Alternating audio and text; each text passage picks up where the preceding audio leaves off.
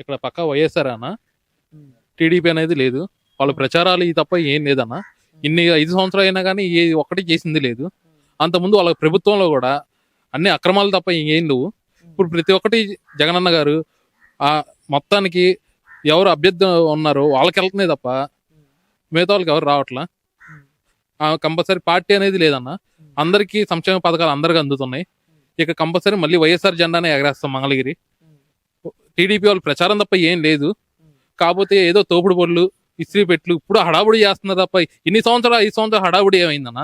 పేదోళ్ళు 5 సంవత్సరాలు ఏమయ్యారా పేదోళ్ళు? ఇప్పటికి ఐటీ కంపెనీలు ఏందా, మంగళగిరి ఆటో నగర్ తీసుకుందాం తప్ప ఏం లేదు. మంగళగిరి తెలుగుదేశం నాయకులు ఇంతవరకు బయటికి రాలేని పరిస్థితిలో ఉందన్న. అంటే ఇక్కడ మంగళగిరి నియోజకవర్గానికి సంబంధించి కూడా చంద్రబాబు నాయుడు గారి కుమారుడు లోకేష్ గారు రంగంలోకి దిగబోతున్నారు. సో గతంలో కూడా తను ఇక్కడ పోటీ చేసి ఓడిపోయిన సందర్భాలు మనం చూస్తున్నాం. సో పక్కా ఈసారి నేనే గెలుస్తానని చెప్పి చెప్తున్నాను. లేదన్న, పక్క ఈసారి కూడా వైఎస్ఆర్ జెండానే ఎగిరిత్తి. టీడీపీ ఏం లేదన్న, హడావుడి తప్ప ఏం లేదు. సో ఎందుకు వైఎస్ఆర్సీపీకి ఓటేయాలంటే ఎందుకు ఓటేయాలని చెప్తారు మీరు? సంక్షేమ పథకాలు బాగున్నాయి అన్న. ఇంటింటికి పింఛన, స్కూల్స్, బడి, విద్యా కానుక, చేనేత పింఛన, చేనేత మొగ్గాల షెడ్లకి ఎప్పుడైనా ఆదుకోవడం కానీ, చేనేత చేయూత, ఇవన్నీ మా జగనన్న ప్రభుత్వంలో జరిగినాయి అన్న. ఏ ప్రభుత్వంలో కూడా జరగలేదు. అంటే వైఎస్ఆర్సీపీ పార్టీ ఇచ్చిన పథకాలు సామాన్య జనాలకి అందుతలేవు, కేవలం వాళ్ళ పార్టీకి చెందిన వాళ్ళకి అందుతున్నాయి, ఎలాంటి సామాన్య కార్యకర్తలకి అందుతలేవు అని చెప్పి ఒక టాక్ నడుస్తుంది. మీరేమంటారు? లేదన్నా, అందరికీ జరుగుతున్నాయి. ఈ పార్టీ ఆ పార్టీ ఏం లేదన్నా, అందరికీ జరుగుతున్నాయి సంక్షేమ పథకాలు. కాకపోతే వాళ్ళు ఏంటంటే వాళ్ళ పెత్తనదారుల కోసం కొద్దిగా సొసైటీ ఏదో పెట్టుకోవాలని తప్ప ఏం లేదు. మంగళగిరిని ఒక అడ్డాగా తీసుకున్నారు వాళ్ళు, అంతకు మించి ఏం లేదన్నా. సో ఇక్కడ మంగళగిరి నియోజకవర్గం సంబంధించి చూసుకున్నట్టయితే లావణ్య గారు ఉన్నారు, అలాగే ఇటు టీడీపీ నుంచి నారా లోకేష్ గారు ఉన్నారు. సో ఎలా ఉండబోతుంది? రసవత్తంగా పోటీ సాగబోతున్నారు, ఇక్కడ వన్ సైడ్ ఉండబోతున్నారు. ఇక్కడ పోటాపోటీగా ఉండిస్తానా, కానీ మా లావణ్యమ్మ గారే గెలుస్తారు. మంగళగిరి నియోజకవర్గం వైసీపీ జెండానే ఎగరేస్తాం. ఎందుకంటే ఇక్కడ మంగళగిరికి సంబంధించి కూడా ఇక్కడ టీడీపీ, జనసేన, బీజేపీ 3 పొత్తుగా రాబోతున్నాయి. సో ఎఫెక్ట్ పడే అవకాశం ఏం లేదంటారా మరి ఇక్కడ? లేదన్నా, 10 మంది కలిసి వచ్చినా కానీ ఇక్కడ సింగిల్ గా ఎజెండా వచ్చింది, సింగిల్ గానే గెలుస్తాం. సో మరి వైఎస్ జగన్ గారు ఈసారి 175 సీట్లు 175 సీట్లు కొడతామని చెప్పి అంటున్నారు. కనీసం 10 సీట్లు కూడా రావని చెప్పి కూడా ఇటు వేరే పార్టీ వాళ్ళు అన్నారు. మీరేమంటారు దానికి? అదే అన్న, తెలుస్తుంది కదా, 10 సీట్లు కూడా రానోళ్లే కదన్నా. జనసేనను వీళ్ళని పొత్తు పెట్టుకున్న బీజేపీ సింహం సింగల్ గా వచ్చిద్దన్నా ఎప్పుడైనా కానీ. మా జగన్ అన్న అదే, మీకు మంచి జరిగితేనే ఓటేయమన్నాడు. మంగళగిరిలో నారా లోకేష్ గారు మళ్ళీ రెండోసారి పరాజయం కాబోతున్నారు. మంగళగిరిలో ఎటువంటి అభివృద్ధి చేయకుండా, మంగళగిరిలో అడుగు కూడా పెట్టకుండా 2014 నుంచి 19 దాకా అధికారంలో ఉన్నప్పుడు 2 శాఖలకు మినిస్టర్ చేశారు నారా లోకేష్ గారు. 2 శాఖలకు మినిస్టర్ చేసినప్పటి నుంచి మంగళగిరిలో ఎటువంటి అభివృద్ధి పనులు చేయలేదు. చేయపోగా ఇప్పుడు వచ్చి నేను 2019 నుంచి 2024 దాకా ప్రజలకు అందుబాటులో ఉన్నాను, ప్రజలకి నేను సేవ చేశాను, ప్రజల్లో నేను మమకమయ్యాను అని చెప్పి అంటల్లో ఎటువంటిది ఏమీ లేదు మేడం. తోపుడు బండ్లు పంచినంత మాత్రాన, టిఫిన్లు బండ్లు ఇచ్చినంత మాత్రాన మంగళగిరి ప్రజలకు సేవ చేసినట్టు కాదు. మంగళగిరి సేవ చేసినట్టు అంటే అర్థం ఏంటంటే, మంగళగిరిలో జగన్మోహన్ రెడ్డి గారు ఆర్కే గారి ద్వారా మగ్గాల షెడ్లు కానివ్వండి, చేనేత భవన్ కానివ్వండి, రోడ్లు కానివ్వండి, డ్రైనేజీలు కానివ్వండి, ప్రతి వీధిలో ఎక్కడైతే ఎవరైతే అప్లికేషన్ పెట్టుకుంటారో రోడ్లు లేదని చెప్పి వాళ్ళకి రోడ్లు వేయటం కానీ, చేనేత సర్కిల్ కానీ, ఇట్లాంటి ఎన్నో ప్రజలకు ఉపయోగపడే పనులు చేశారు. అది ప్రజలకు సేవ చేయటం అంటే. నారా లోకేష్ గారు అయితే మంగళగిరిలో రెండోసారి ఓడిపోవడం ఖాయం మేడం.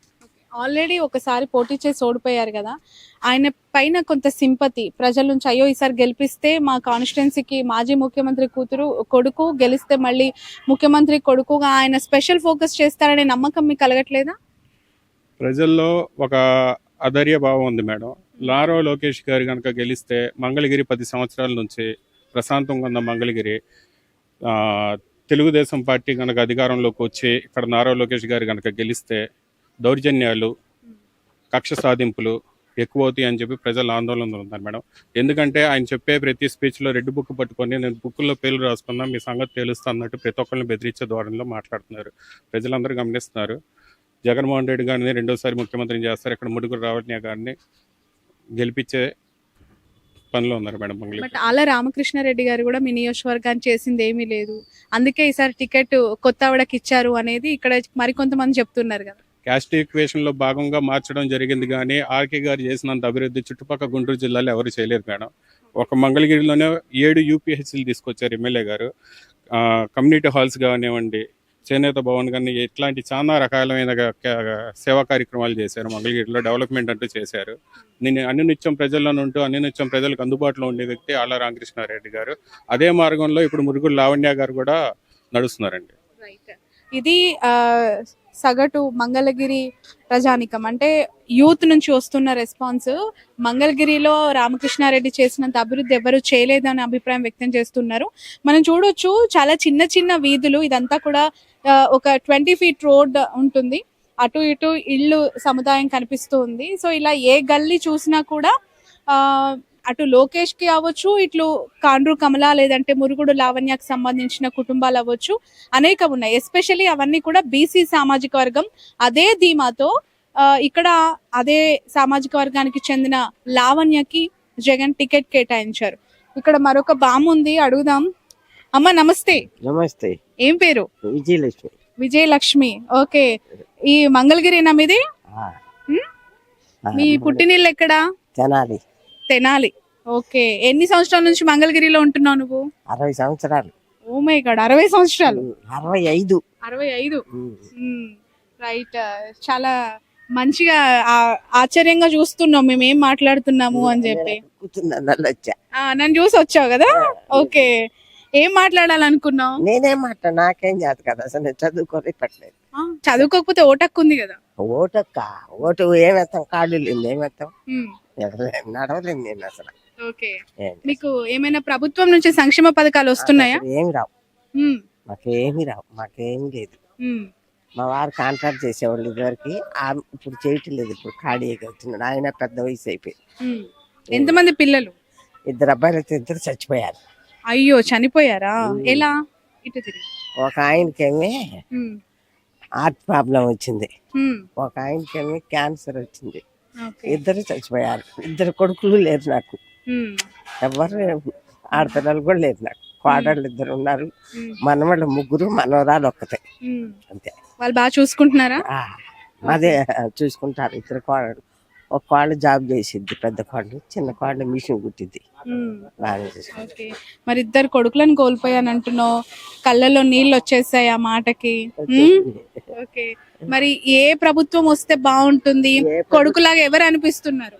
ఎవరు వచ్చినా ఏం చేసేది ఏం లేదమ్మా.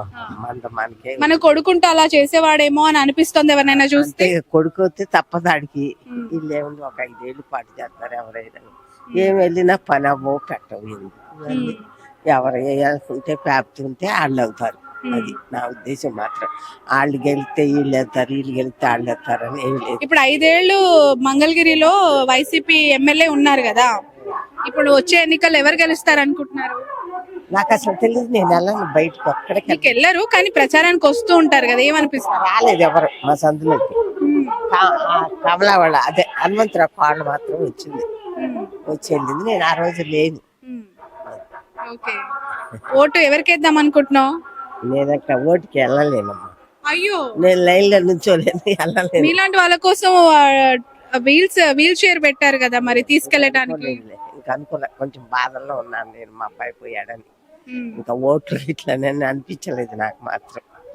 ఇంకా అప్పుడు 3ని బట్టి ఎవరికి వేస్తానో తెలియదు. నేను వెళ్ళాలనుకుంటే వేస్తాను, నా పిల్లలు పోయినాక నాకు ఇవన్నీ ఎందుకని బాధ. రోజు కాసేపు ఏడ్చుకొని వెళ్ళిపోతాను ఇంట్లోకి. అదే నా బాధ. ఇంకా 2 సొత్త వాళ్ళ ముందు నేను పోవాల్సిన దాన్ని, వాళ్ళు పోతే బాగా వెళ్ళే కంచంలో కూడి పెట్టిన దాన్నే వెళ్ళిపోయారు 2. అదే బాధ అంతే. సో ఇక్కడ జగన్ గారు సీఎం కదా, ఎలా అనిపిస్తుంది ఆయన ప్రభుత్వం ఇక్కడ మీకు? నాకు తెలియదు అమ్మా, నేను అసలు బయటికి ఎవరితో మాట్లాడను. నేను కూర్చుని అక్కడ కూర్చుంటాను, వచ్చేసేస్తాను అంతే. ఫ్యాన్ గుర్తుకే ఓటేస్తా ఉంటారు. ఎందుకు ఫ్యాన్ గుర్తుకే ఎందుకు ఓటేద్దాం అనుకుంటున్నారు? మాకు పథకాలు ఇంటికి వస్తున్నాయి. నాకు పెన్షన్ ఉంది, చేనేత పెన్షన్. నాకు ఇంటికి వచ్చి పెన్షన్ ఇస్తున్నారు 3,000 రూపాయలు. మా ఆడవాళ్ళకి 18,000 రూపాయలు సంవత్సరానికి పడుతున్నాయి. మాకు ఏదన్నా కానీ మా ఇంటికి వచ్చి మాకు పథకాలు ఇంటికి వస్తున్నాయి, మాకు కష్టపడకుండా. ఫస్ట్ నుంచి కూడా మేము అక్కడే వైఎస్ఆర్ గారు పోయిన కాడి నుంచి మేము ఇటే. సో అన్ని పథకాలు ఇంటికి వస్తున్నాయని చెప్పి నువ్వు అంటున్నావు, అసలు పథకాలే అందుతలేవు సామాన్య జనాలకు అనేవాళ్ళు అంటారు. మాకు వస్తున్నాయి కాబట్టి మేము వస్తున్నాయి అని చెప్తున్నాం. అది సో మీకైతే అన్ని పథకాలు వస్తున్నాయి. ఓకే, ఇక్కడ ముఖ్యంగా చూసుకున్నట్టయితే ఇటు లోకేష్ బాబు, చంద్రబాబు నాయుడు ఈ కొడుకు లోకేష్ గారు, అలాగే ఇక్కడ లావణ్య గారు పోటీ చేయబోతున్నారు. సో ఎవరు గెలుస్తారు అనుకుంటున్నారు ఇద్దరు ఇట్లా మీరు? మాకు ఇప్పుడు ప్రస్తుతానికి ప్రెసిడెంట్ అయితే లావణ్య గారే మేము గెలుతారని ఉంది. సో ఎందుకంటే గతంలో కూడా ఇక్కడ పోటీ చేసి ఓడిపోయిండు లోకేష్, మరి ఈసారి గెలుపు పక్కా నాదే అని చెప్పి అంటున్నారు. లోగడ ఎమ్మెల్యే ఆర్కే గారు బాగా పనులు చేశారు మాకు మంగళగిరి నియోజకవర్గంలో. ఇప్పుడు మొన్నటిదాకా చేస్తానే ఉన్నారు, ఇప్పుడు కాడ ఇంటింటికి తిరుగుతున్నాడు ఆయన కాడ. ఆయన వల్ల కానీ లావణ్య వాళ్ళ గారే మాకు మేలు జరుగుద్దని మేము గెలుస్తామా. అంటే సానుభూతి ఓట్లు పడితే గతంలో కూడా ఓడిపోయాను కాబట్టి ఈసారి పక్క నేనే గెలుస్తా అని చెప్పి కూడా లోకేష్ బాబు అంటున్నారు. అవి అనుకున్న వాళ్ళు అనుకుంటారు, మాకు గెలుస్తారని మాకు గ్యారంటీ ఉంది. సో ఇంకోటి 175కి 175 సీట్లు గెలుస్తాం ఈసారి పక్కా అని చెప్పి కూడా వైసీపీ జగన్ గారు అంటున్నారు. మీరేమంటారు దానికి? నేను వచ్చి నాకు ఎంచిన ప్రకారం ఒక 120, 110 వస్తాయని.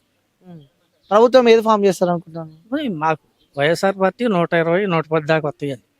ఇక్కడ చూసుకున్నట్టయితే 3 పొత్తులుగా వస్తున్నాయి, టీడీపీ, జనసేన, బీజేపీ. మరి ఎలా వర్కౌట్ కాదంటారా ఇక్కడ? అవన్నీ కాదండి, మా లెక్క ప్రకారం అయితే మేము ఫస్ట్ నుంచి ఫ్యాన్కే వేస్తాం. సో మరి టీడీపీకి ఏరంట ఓటు? చంద్రబాబు నాయుడు కొడుకు లోకేష్ కి కూడా ఇక్కడ నించుంటున్నారు, ఆయనకి ఏరంటారు ఓటు? ఫ్యాన్కే వేస్తారు. ఫ్యాన్కి వేస్తారు. ఎందుకు ఫ్యాన్ కి? ఇవన్నీ వచ్చినాయి కాబట్టి ఫ్యాన్ కి వేస్తారు. అన్ని పథకాలు వస్తున్నాయి కాబట్టి, బాగా చేస్తున్నాడు కాబట్టి వైఎస్కే వస్తాయి. మరి ఇక్కడ ఫ్యాన్ వచ్చిన తర్వాత ఏమీ అభివృద్ధి చెందలేదు, ఇట్లా పాత ఎట్లుండి ఎప్పుడు అట్లే ఉంది, ఎలాంటి అభివృద్ధి లేదు అని చెప్పి అంటున్నారు. ఎందుకు అయ్యింది అభివృద్ధి? ఎందుకు లేదు? పిల్లలకేంటి, బయటికి గోరుముద్ద ఏంటి, అన్ని బాగానే పెడుతున్నాడు కదా. ఎందుకు అభివృద్ధి జరగలేదు? ఎవరు చెబుతారు? తినేవాళ్ళు ఎవరు చెప్పరు ఆ మాట. అవును కదా, మన లావన్నే గెలుతుంది ఈ లోకాటిలో. అది సో మళ్ళీ ఇక్కడ లావణ్యకే ఓటేసి గెలిపిస్తారు, మళ్ళీ ఫ్యాన్ కే వేస్తా అంటారు. ఆ ఫ్యాన్కే వేస్తాం మేము మట్టికి. ఆయన ఫోటో కూడా ఉంది ఇంట్లో. ఎవరిది? వైఎస్ గారిది, జగన్ గారిది. మాకు ఆయనే గెలుస్తుంది. సో అభిమానమా జగన్ గారు అంటే? అదిగో ఎప్పుడు ఇంకా అదే పెట్టుకుంటాడు. సో ఇష్టం అన్నమాట. అవును, బాగా. ఓకే, సో ఓటు మాత్రం లావణ్య గారికి వేస్తారు. లావణ్య గారు. ఓకే అమ్మ, థ్యాంక్ యూ.